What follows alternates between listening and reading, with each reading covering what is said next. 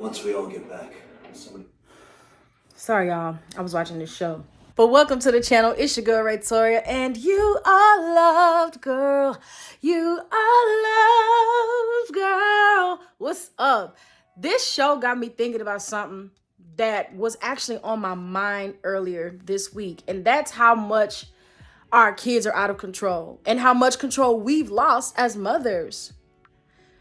And I want to talk about it. I want to discuss this, and I actually want to give y'all 5 things that I want to share that I've either learned from prayer, from my experience, or that I've just watched from other people. So y'all hang in there with me.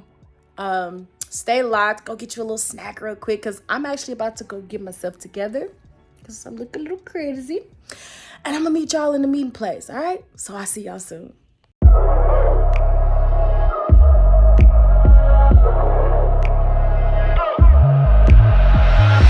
Okay, I'm back. I just really want to get into this topic, y'all. I hope my hands are not ashy. I really do. All right, so let me just start off by saying I'm not trying to tell anybody what to do. All right? I really just want to help. They say that it takes a village to raise these kids. And I'm inviting you all to be the village here on this platform. We are the village. I want to share my experiences. I want to share what I've witnessed, what I've prayed for, what I've discerned. And that's where most of this is coming from. I know some of you are doing a great job at being a mother, and thank God for that. So maybe you can share this with somebody. Help them out. Watch it first, then share if you like it. So this is really just me looking out for you guys, because I see so many mothers who struggle with these things. And these are also things that I've struggled with or still are struggling with. And I'm like, dang, these kids are out of control. I do not have the perfect little children. They are good kids. I will say that. They are good kids. But they can still use a lot of work. And I can still use a lot of work. And so let's help each other out, all right? If y'all have any stories or any advice or tips for me, shoot them my way. I don't get offended. I've dealt with people being offended when you just try to help them. And why? That's pride, y'all. That's pride.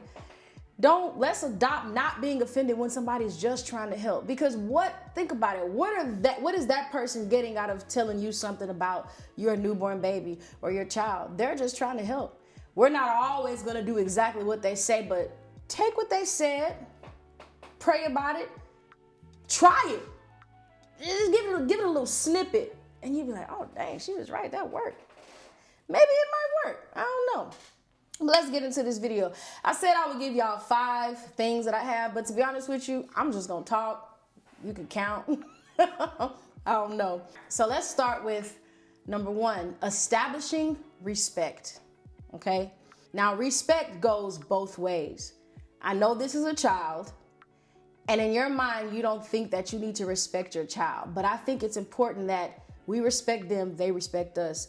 A big part of respect is, as a matter of fact, y'all watch this video. What are y'all doing? Did you do school? No. Did you at least clean your room up? No. Get y'all butt up there and clean that room. What the heck is wrong with y'all? Hey, what are y'all doing? Oh, we're playing Roblox. Did you clean up? No. Have you started school? No. I'm gonna need y'all to make sure you're doing your school first, okay? Yes, ma'am. Shout out to Adanya and Aliyah. Y'all, there's a bug that you're gonna see that joined the video with us. Just ignore him. Just ignore him. As long as he don't land on my face, we'll be all right. So anyway, yes, let's establish respect. And one way that you can establish respect is by living up to who you say you are and who you're teaching them to be. A child is not going to respect you if they see you doing something that you told them not to do. And it will also make it very hard for them to listen to you.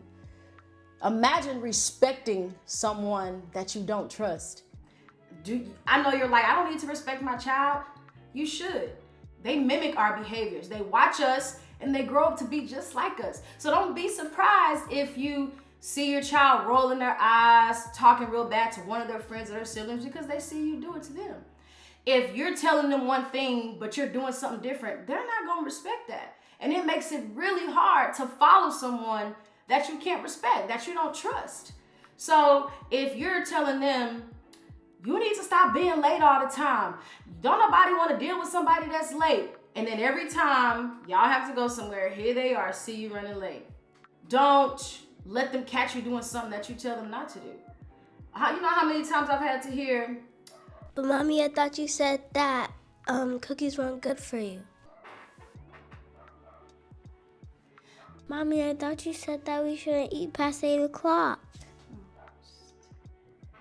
imagine me enforcing these things on my children and I'm doing the complete opposite. How can you respect somebody like that? If that were your friend, you wouldn't respect it. If it were your man, you wouldn't respect it. We gotta do better. We just gotta do better. I know I gotta do better. Y'all, okay, please forgive me for the mic change. I know some of y'all might have noticed at one point I had a mic on and then I didn't and then I did, whatever. Listen, okay, that's just how I be sometimes. Now continue watching the video. So the next thing I want to talk about is stop being their friend. And hear me out. I don't mean stop as in like the way that, because I think it's cool to establish a friendship to an extent with your child. But if you treat your child like as a friend in the same way that you treat your friends, that's when you've gone wrong. Because you need to establish a level of dominance over your child. They need to know that you are above them. There's God, there's the husband, the mother, and the children. That's the order. That's how it goes in the Bible, y'all. It's there. So if you establish that by being too close to them, friend, you're gonna lose that. You're gonna lose that respect. All right, so let's try to create that friendship in the relationship as a mother would. A mother can be her child's friend because you're the closest thing to that child for years of their life. So like right now, I go shopping with my children all the time. They go to the nail shop with me all the time. Do y'all like my nail color? I do that with my friends, but I can do it with my children because it's also teaching them. It's also helping them to be social, how to be feminine girls, how to deal with each other as sisters. And I know that that's something that they may be into. So I'm connecting with them. We're finding a common ground. We're connecting. We're building a connection. And so understand the type of friend that you should be. So when I say stop trying to be their friend, don't look at them the same way you would your homegirls, if that helps. There is a way into which you can befriend your child, but it's not that same kind. Like you don't go to your child with relationship advice. You don't give them options all the time. You got to know when is the right time to give them choices and when it's not. The choices should be there to teach them how to make decisions. Be able to establish the type of friend that we're talking about here when we say befriend your child. So stop trying to be their friend. Let them fear you. Okay? Some people watching this, and I hope this video helps. We probably got some established mothers on this video right now watching like, yeah. So if this is for new mothers, let it be for new mothers. If it's for mothers that struggle because their child really is out of control, I really do hope this helps you. God, I fear him, okay? How can you be obedient to something from a command, from a directive, from a what's the word I'm looking for? This fly. Oh, Lord, help me. How can you be obedient to somebody if you don't fear them? Why do I need to do what you tell me to do? Why do I need to listen to you? A lot of women in our community, I've never used this, but I've heard people say it.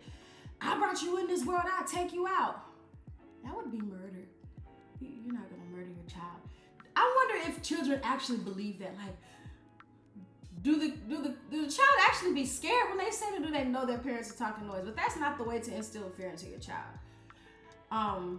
Yeah. If God were to kill us because we didn't obey him, because we didn't fear him, he could actually take us out and it would not be murder. But if you killed your child, it would be murder. So I think mothers, just for those who use that, or I think the children know, like, she ain't gonna kill me. But it's true. We did bring you into this world, children. Yes, we did. The Lord made it so. But fear is not established through scaring tactics. It's established through love. It's established through consistency.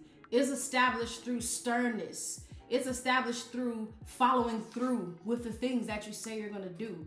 Fear me means, because the scriptures tell us to take that rod. Some of y'all may not believe in spankings, but the Bible tells you to use that rod on that butt.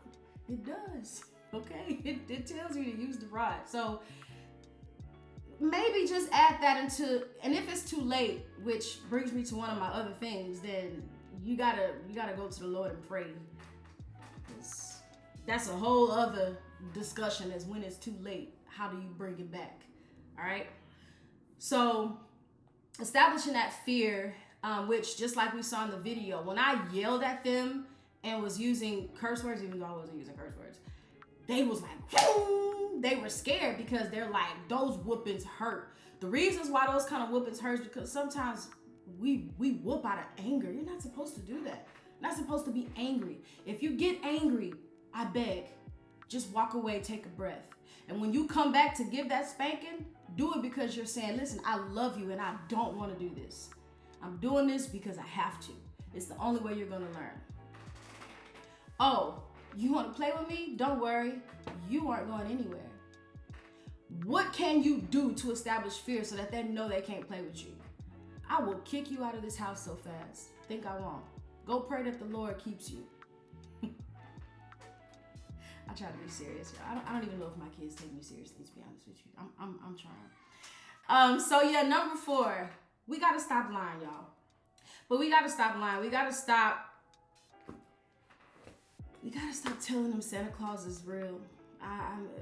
To each his own. Let me not go there. But I mean, let me just say this. And y'all this is a true story. I believed in Santa Claus when I was little. I did. And then I was so anxious one night. And so I snuck out of my room. No, I slept in the living room that night. And I don't think my mom and my stepdad realized it. So he decides to come in the house with a Santa Claus suit on, and I looked like, oh, there he is. Only to look down the hallway, and there they were kissing. And at first I was like, no way, she's kissing Santa Claus. Like, what the heck? No, it was my stepdad. That day, I think my heart broke. That probably was my first heartbreak, now that I think about it. Santa Claus was not real. He was not the one bringing the gifts. He was not the one eating the cookie. And am I mad at my mom today for it? No, but I remember that story. And for a long time as a child, I was like, but what happened was I started to establish a pattern of the lies that I was being told. And they started to stand out to me so much more. And guess what happened? I lost respect. I became a little bit more rebellious than I wasn't really a rebellious child. But it was like, dang. So you telling me that's just one. There are much more serious things that our parents lie about. But now I ain't do that. Girl, you know I ain't about that. You know I don't do this. Oh no, yeah, I did this, I did that. Those kids be knowing. And then if you don't keep the lie going, they will come back and you'll get caught in your lie easily.